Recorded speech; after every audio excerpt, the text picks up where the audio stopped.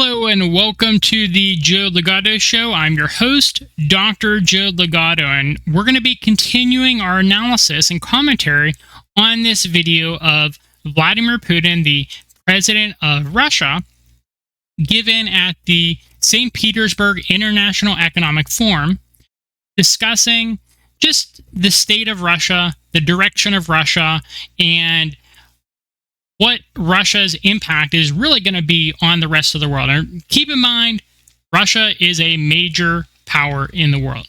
I mean, their economy may not show it given their GDP, but they are punching far above their weight class right now. And so it's really key to remember that Russia is the third superpower of the world behind the United States and China. So let's listen in and see what he's talking about. And last time we left off with a discussion of how Russia survived the sanctions that were placed on it in the first half of 2022. As well as the routine methods of trade, settlements, logistics, the very fabric of economic life was being... So what he's talking about here is things like the SWIFT system for payments. Pretty much every aspect of the financial system and the economic system of the world was taken away from Russia. And we say it's the international system of trade and the economy of the financial system, et cetera, but really it's completely controlled by the West. This is not an open system where it's not an international system. I know United States talks about like international laws, international rules, but really the only rules they follow are rules that the United States came up with. And so what he's talking about here is they had to create a new system. And sure, they've been planning for years with China to create this new system, but it was still very difficult once they were completely thrown out of all of the economic, financial systems of the world. Rewoven. As of now, colleagues, we might be confident in saying that the strategy which was chosen back then by the government and by the business in Russia has yielded results. Positive macroeconomic trends are gaining momentum. In April this year, our GDP grew by 3.3% year on year. And by the end of the year, it will have gained more than 1 percentage point. At least that is the IMF assessment. 0.7%. But I believe, and I agree with our experts who believe that it's going to be up to 1.5 or even 2%. This will allow our country to keep its... Okay, so this is a kind of hilarious comparison here. As countries like the United Kingdom, Germany, the United States are facing massive recessions, the country that was sanctioned to every extent possible by the West is actually facing growth. Again, they not only survived, but they thrived from Western sanctions. Decoupling from a Western-led world helped their economy. Just think about that for a second. And not only think about that from the perspective of an individual, but I want you to take the perspective of the various leaders of governments all across the world as they recognize that, wait a minute, the Western-led system of essentially it's consumers controlling things like the prices of various goods, while the actual producers of goods just kind of accept that the consumers are controlling everything. They're realizing, these producers all across the world who make up the vast majority of the world's population, the producers are realizing that a consumer-led world is not in their best interest, and that actually, if they decouple from it, they could not only survive, but thrive like Russia did. And so, I mean, when you really think about it, it doesn't make sense either. It's like the consumers are the West. They're the people who are so far up the value chain that they're not really producing tangible goods and services anymore. It's all just like the intangible economy. That's the West right now. And you can think of it as the West going into like a Walmart or some goods store where they're purchasing tangible goods and saying, actually, I want to purchase that for like $1 instead of like $10, like what it's worth. And they're like, actually, well, no, I'm the producer. I worked really hard to make this, and I'm not going to give it to you for $10. And the United States and the rest of the Western world going, actually, I want it for $1. I'm going to take it for $1. And that's really the state of the economy right now, where the producers of goods felt very helpless and felt like they didn't have power to actually change things. And if you didn't like my example, I understand. I will work on my examples in the future. But the point here is that the producers of goods, the forces of labor throughout the world, they're sacrificing their bodies, they're working really hard to make things, and United States and the West are dictating prices. It doesn't make much sense. It's not how an economy goes. Sure, you can have some bargaining back and forth, but here we have a system where the consumers are just deciding prices. They're putting caps on the price of oil, which that didn't hurt Russia at all, putting a cap on the price of Russia's oil. But it showed other producers throughout the world, such as Saudi Arabia, that the United States, a consumer, will dictate prices to you, a producer. And that sent a shock throughout the system. That really did change the world. And not enough people are talking about it. Its place among the world's leading economies. In April, we have documented an increase in industry and in retail sector.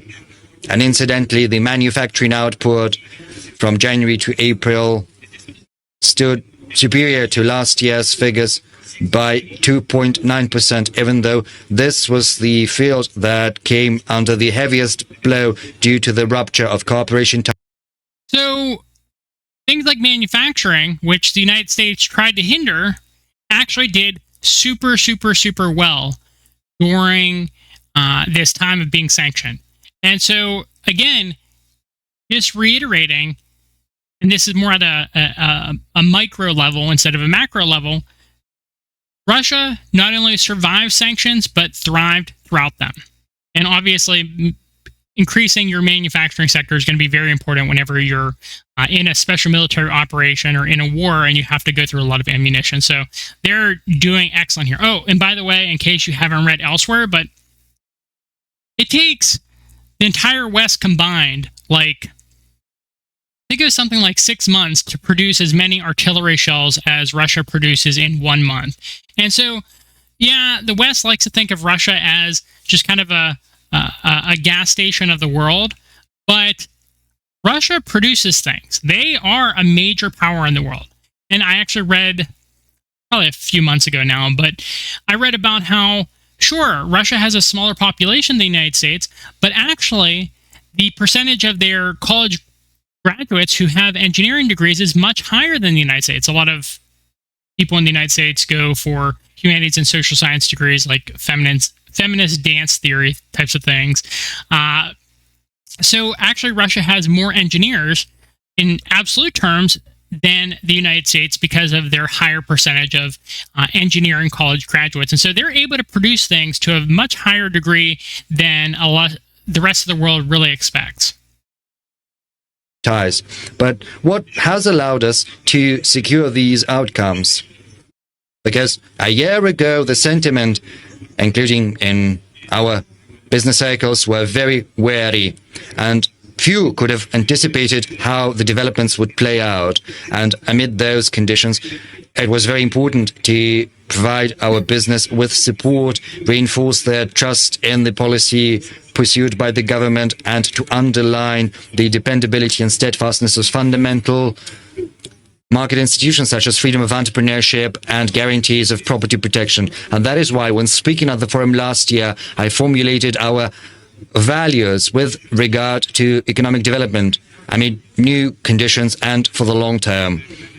And I can tell you that what I'm talking about is the outcome, the fruit of our collective work, the government, the economic bloc, and the rest. And everything that I spoke about, what we prepared and then went on to implement, all of that has worked, has succeeded. let me remind you what I'm talking about. First, we've managed to keep a well-balanced fiscal and monetary policy. An efficient combination of these two tools has allowed us to reach minimum figures for unemployment. Okay, so something to say here. Balancing a budget is really good in the long term, but it's really bad in the short term. In the West, because they think about quarterly earnings, they don't really think in the long term. Places like Russia, places like China, they have 5-year plans. They have 10-year plans. They have 25-year plans. They have 100-year plans. I mean, these are ancient civilizations, and they think in the long term. The West, though, because of their quarterly earnings thinking, they don't really think in the long term. And so they're going massively in debt, and sure, they're getting something from it in the short term, but in the long term, it's not sustainable whatsoever. And we're seeing that right now with the collapse of the United States. I mean, the United States is actually having trouble finding countries to purchase its debt right now because, I mean, it's so in debt that no countries really expect the United States to ever be able to pay off their debt. And they're not really sure about the long-term stability of the United States as a project. Like, is it going to survive? And the West has managed to stay competitive despite not producing things because they just go more and more into debt. And they control the mechanisms for giving themselves more debt to go into debt for. It's like, it's a really twisted system. It doesn't make any sense, but it's to the benefit of about 1 billion people who make up the West versus the other 7 billion people who are mostly producers within this system. And so what we're going to see is when the West goes into a massive recession, which people like Ray Dalio have been talking about, Russia and China are going to be super resilient to that recession. It's not going to impact them.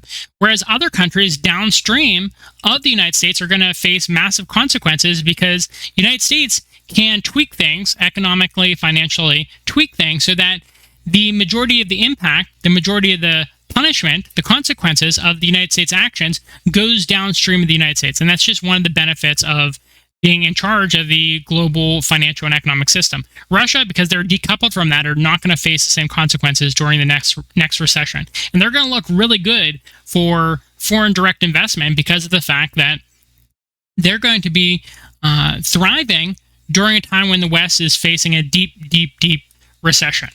And Ray Dalio has talked about this, where the United States is using things like debt, which is called quantitative easing in this specific circumstance, to postpone that massive recession. Because the thing is, the next recession, there's not enough characteristics to America. Like, America doesn't have the manufacturing base it used to, and its military has been declining rapidly, and it doesn't have the petrodollar anymore. But the next recession that the United States goes through, like when they finally allow the debt to collapse, like they're not going to do quantitative easing over and over and over again. But when that ends up happening, it doesn't look like the United States is going to come out of that recession. I mean, sure, United States and the West are in like these low-grade recessions right now, but they're in a low-grade recession right now instead of a deep recession because of the fact that they just keep throwing money at the problem. But that has a limit. That's going to end soon. I would say by the end of this decade at the absolute latest. But we're looking more like 2024, 2025 as years that the United States and the West could face deep recessions. So, anyways, that is all for the second part of my analysis and commentary on Vladimir Putin's speech here. There's a lot of rich material to go over, and I think it's really important that you watch all of these videos because Vladimir Putin, love him or hate him, he is deciding the future of the world right now. Like, he's leading a country in such a way that it has the eyes of the world on it. And so I'd love for you to stick with me throughout the rest of my commentary and analysis on this video. This is the end of part 2. If you liked it, please like this video, subscribe to our channel for more content, and we'll be back in a moment. Thank you for watching.